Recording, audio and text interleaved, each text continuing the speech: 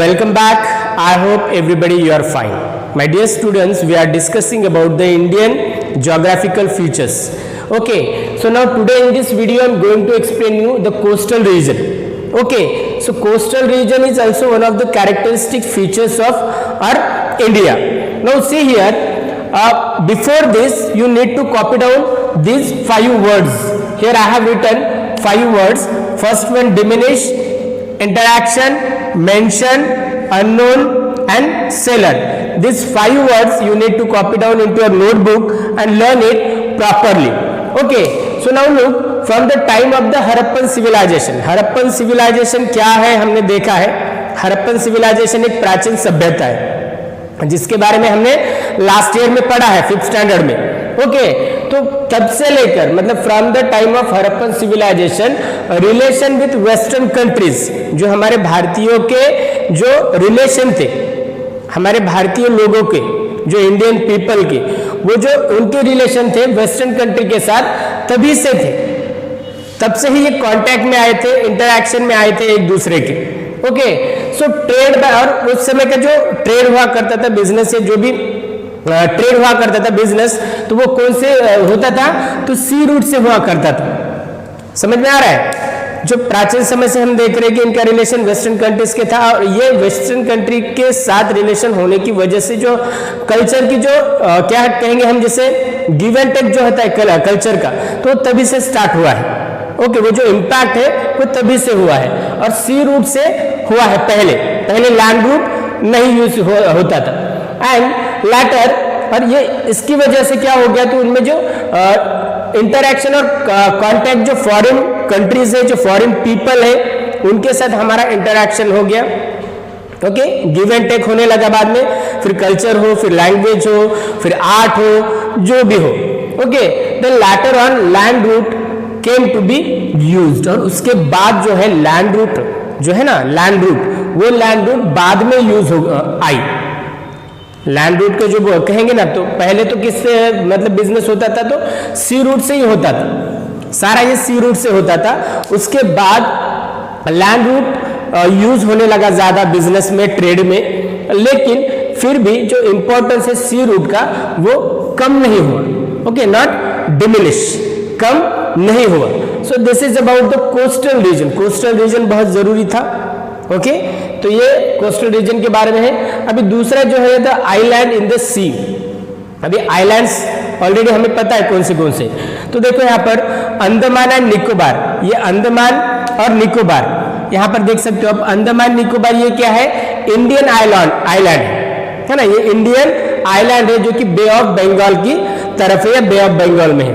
लक्षद्वीप क्या है, ये लक्षद्वीप ये है ग्रुप ऑफ इंडियन आइलैंड. ये क्या है, ग्रुप ऑफ इंडियन आइलैंड जो कि अरेबियन सी में आता है. Okay, next, location is really important in ancient sea trade. Might भी, मतलब शायद ऐसा हुआ होगा, जो लोकेशन था वो बहुत जरूरी था. जो एंशिएंट सी रूट था, एंशिएंट सी रूट मतलब जो प्राचीन जो बिजनेस हुआ करता था सी रूट के जरिए, उस समय लोकेशन को बहुत वैल्यू दिया जाता था और लोकेशन बहुत ही जरूरी हुआ करता था.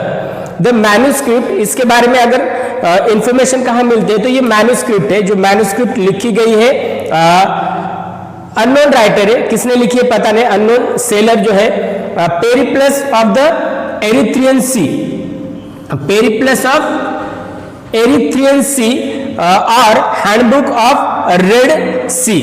जो ये मैन्युस्क्रिप्ट है, इसमें हमें जो इंडियन आइलैंड है इसके बारे में हमें जानकारी मिलती है. और ये जो बुक है ये लिखी गई है जो ग्रीक सेलर था, लेकिन किसका था, मतलब उसका नाम क्या था, इसके बारे में किसी को भी पता नहीं. तो ये जो है importance of the island and the sea and the coastal region. समझ में आ रहा है आपको?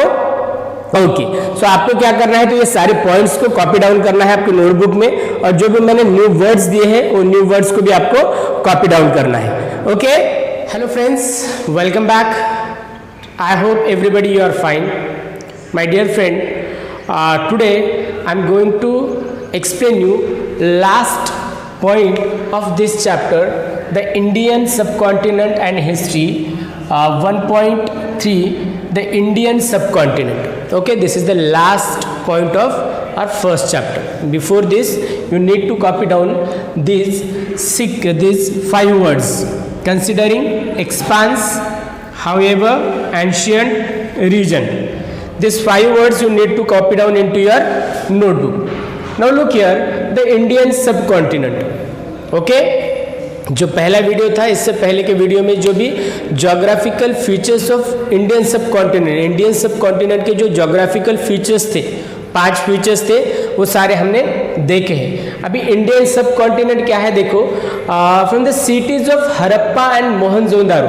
अब ये जो सिटी है, ये जो शहर है जो कि प्राचीन सभ्यता के शहर है, हड़प्पा और मोहनजोदारो। हड़प्पा और मोहनजोदारो ये प्राचीन सभ्यता के 2 शहर हैं जो कि आज पाकिस्तान में है ना, आज कहाँ है, पाकिस्तान में है।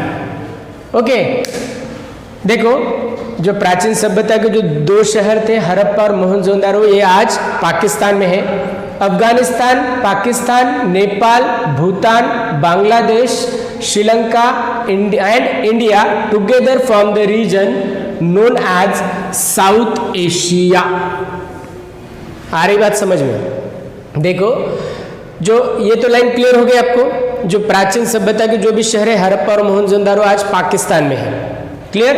अभी देखो अफगानिस्तान हो, अभी देखो ये अफगानिस्तान है, पाकिस्तान, नेपाल, भूटान, बांग्लादेश, श्रीलंका और इंडिया को ये जो टुगेदर कलेक्टिवली से क्या कहा जाता है, from the region known as South Asia. इसको साउथ एशियन कंट्रीज भी कहते हैं, साउथ एशिया कहा जाता है। Okay, considering the expanse and significance of in this region, अगर हम इस रीजन की, कौन से, इस इंडियन सब कॉन्टिनेंट की एक्सपांस यानी लार्ज एरिया जिसे हम कहेंगे, एक्सपांस और इसका सिग्निफिकेंस के नज़र से अगर हम देखते हैं तो ये क्या है, ये बहुत बड़ा रीजन है और इसको दूसरे नाम से जाना जाता है जिसको कहते हैं इंडियन सब कॉन्टिनेंट। और इसका नाम क्या है, इंडियन सब कॉन्टिनेंट भी कहते हैं, साउथ एशिया भी कहते हैं। आ रही बात समझ में? ये दोनों भी कह सकते हैं उसको, Indian subcontinent and South Asia.